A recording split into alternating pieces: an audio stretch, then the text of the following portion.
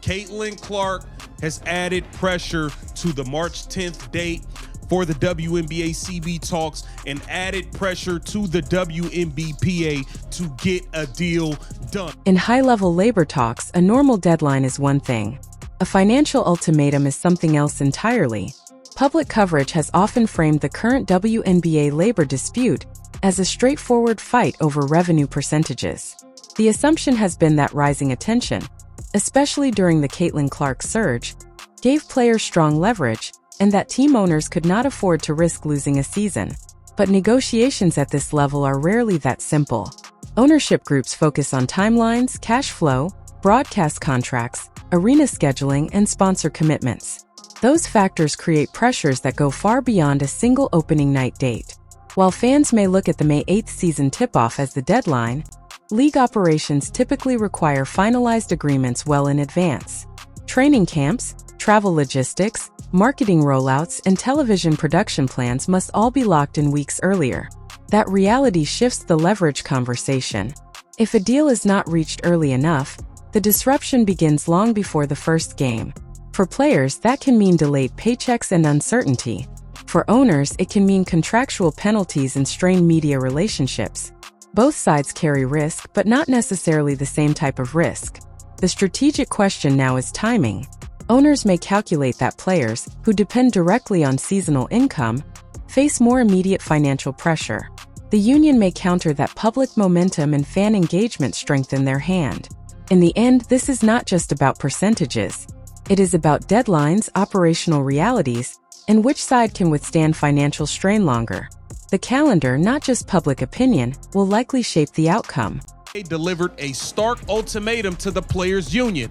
A deal must be reached by March 10th if the season is to start on time, according to league operations run on hard calendars, not hopeful projections. If ownership has identified March 10th as the practical cutoff point, the reasoning is likely logistical, not theatrical. A professional season requires months of coordinated planning. Player contracts must be signed. Expansion teams in Toronto and Portland need full rosters. An expansion draft, free agency period, the college draft, training camps, preseason scheduling, arena bookings, travel arrangements, and broadcast production all depend on knowing the rules of the next collective bargaining agreement. Without a finalized salary cap structure, roster limits, and contract terms, teams cannot legally complete most of those steps. When a large percentage of players are free agents, that uncertainty grows even more serious. Delays ripple quickly. Arena dates can be reassigned. Sponsors adjust campaigns. Regional sports networks restructure programming. The financial impact of postponement can escalate fast. As for the idea of an exploding offer, that tactic is well known in high-level negotiations. It involves placing a proposal on the table with a firm expiration date, signaling that the terms may worsen if not accepted promptly. The goal is to increase urgency and create internal pressure within the opposing side. David Sampson, who previously ran the Miami Marlins, has publicly discussed how ownership groups in various leagues use deadline pressure and time-sensitive offers to shift leverage. The strategy is not unique to one sport. It reflects a broader pattern in corporate labor disputes. That said, these tactics cut both ways. If owners push too hard and trigger a work stoppage, they also assume risk, lost revenue, damaged fan trust, and long-term brand harm. Unions, meanwhile, must weigh immediate income disruption against potential long-term gains.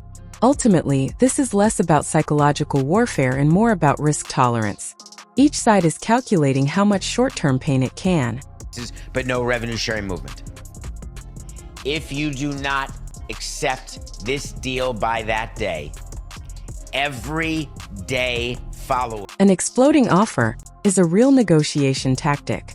It means a proposal does not just expire, it becomes less favorable over time. The pressure comes from knowing that waiting could cost you money. In labor disputes, this approach can shift the emotional balance. Instead of simply rejecting an offer and continuing talks, the union must decide whether holding out is worth the risk of losing specific financial terms. If pay structures, roster benefits, or salary caps are reduced after a deadline, that creates urgency. Observers like David Sampson, who previously ran the Miami Marlins, have spoken openly about how time pressure can change internal dynamics within a union. Higher-earning stars with endorsement income may be able to absorb delays. Players who rely primarily on league salaries may feel the strain much faster. That difference in financial flexibility can test solidarity. However, it is important to separate theory from confirmed action. There is no public evidence that the WNBA has formally implemented a daily penalty structure, exactly like the one described. Negotiation tactics often get discussed in abstract terms, but what is actually written into proposals can differ. Exploding offers can push talks toward resolution, but they also carry risk. If players view the tactic as punitive or bad faith, it can deepen mistrust and harden positions. Owners must weigh whether added pressure accelerates agreement or increases the likelihood of a work stoppage. At its core, this is about leverage and timing. Deadlines create urgency. Financial pressure tests resolve. But lasting agreements usually require both sides to believe the final deal is sustainable, not simply forced by the clock. I love that strategy. I used it with players all the time. You don't want to agree right now? Your next offer is lower. High-stakes labor disputes are rarely as warm as public messaging suggests. Leagues often promote the idea of partnership, but negotiations ultimately come down to contracts, risk, and projected returns. Team owners typically view franchises as long-term business assets. Players, meanwhile, see themselves as the core product driving fan interest. That tension exists across professional sports, not just in the WNBA. The presence of a breakout star like Caitlin Clark adds another layer. A highly anticipated season creates financial opportunity, but it also raises the stakes of any work stoppage. If a season were delayed, both sides could face public criticism. Fans, sponsors, and broadcasters often assign blame quickly, and perception can shape long-term brand value. Setting a firm deadline is one way ownership groups try to signal seriousness. But as David Sampson has noted from his experience running the Miami Marlins, ultimatums only work if they are credible. If a deadline passes and nothing changes, the leverage behind it disappears. In negotiations, credibility is currency. Once lost, it is difficult to regain. At the same time, executing a threat, such as worsening an offer or risking a delayed season, carries its own cost. Owners may protect long-term financial structure, but they also risk alienating fans and partners. Players may defend compensation goals, but they risk missed paychecks and reputational fallout. In the end, neither side benefits from a miscalculation. Deadlines, public pressure, and strategic posturing can shape talks, but durable agreements usually come from both sides deciding that compromise is less costly than confrontation. You have to follow through. Because if your child, your partner, your parent, the people with whom you work, the people against whom you negotiate, the agents, if they all believe... In any labor dispute, credibility matters. If one side sets a firm deadline, it has to be prepared to follow through. Otherwise, the threat loses power and future ultimatums carry little weight. If ownership has truly drawn a hard line around March 10th, then this moment becomes less about public messaging and more about financial tolerance. Owners are signaling that they will not accept the revenue split being demanded, and that they are willing to risk short-term disruption to protect what they see as long-term stability. From a business standpoint, that is a calculated move. Franchise owners typically think in decades, not seasons. If they believe certain revenue demands would lock in structural losses, they may choose confrontation now rather than compounding costs later. At the same time, there is real risk. The surge in attention surrounding Caitlin Clark represents significant momentum for the league. Delaying or canceling games during a period of heightened fan interest could damage goodwill, media relationships, and sponsorship growth.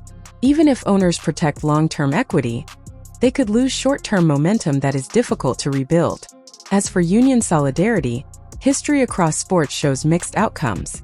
Financial pressure can create internal tension, especially between higher-earning stars and players who rely entirely on league salaries. But unions are also built to withstand that pressure. Leadership will weigh immediate losses against long-term compensation goals. Whether players cave often depends on how unified they remain and how credible the owner's deadline truly is. Ultimately, this is not just a power play. It is a high-risk negotiation on both sides. Owners are defending cost certainty and capital structure. Players are pushing for a larger share of rising revenue.